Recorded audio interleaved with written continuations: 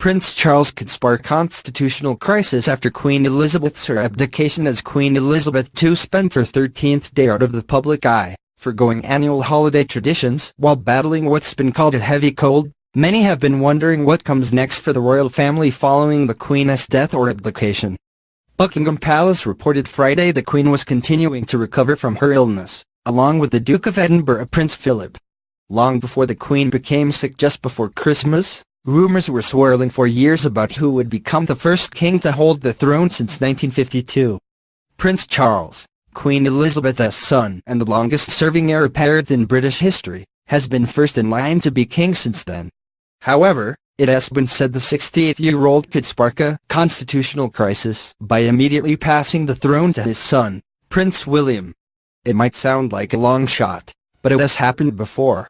A similar phenomenon occurred in 1936 when King Emperor Edward VIII proposed to marry American socialite Wallis Simpson, who was in the midst of divorcing her second husband. The news caused widespread confusion over the fate of the British Empire, with a dramatic and historic abdication speech following the untimely succession of Edward's brother, the Duke of York. You must believe me when I tell you that I have found it impossible to carry the heavy burden of responsibility and to discharge my duties as king as I would wish to do without the help and support of the woman I love, he said at the time.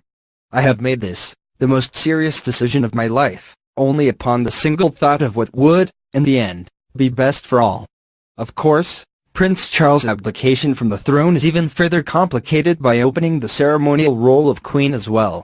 While Queen Elizabeth II was the official successor of power when Edward abdicated, her rocky relationship with Charles' wife Camilla Parker Bowles, a divorcee and the cause for his divorce to Princess Diana, makes for an extremely uncertain transition of power that throws the royal family's modern tradition of hereditary succession into jeopardy.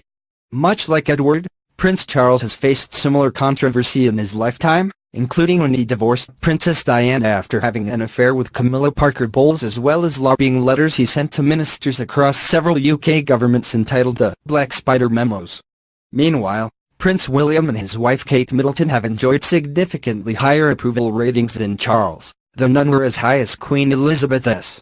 When the Queen ultimately steps down from the throne, either through abdication or death, the preceding succession of the royal family is intricately planned, with Prince Charles immediately becoming king. What is more than likely to happen, barring an event unprecedented in modern royalty, is exactly what the palace has planned for decades. Prince William will continue to serve in his role under his father's throne,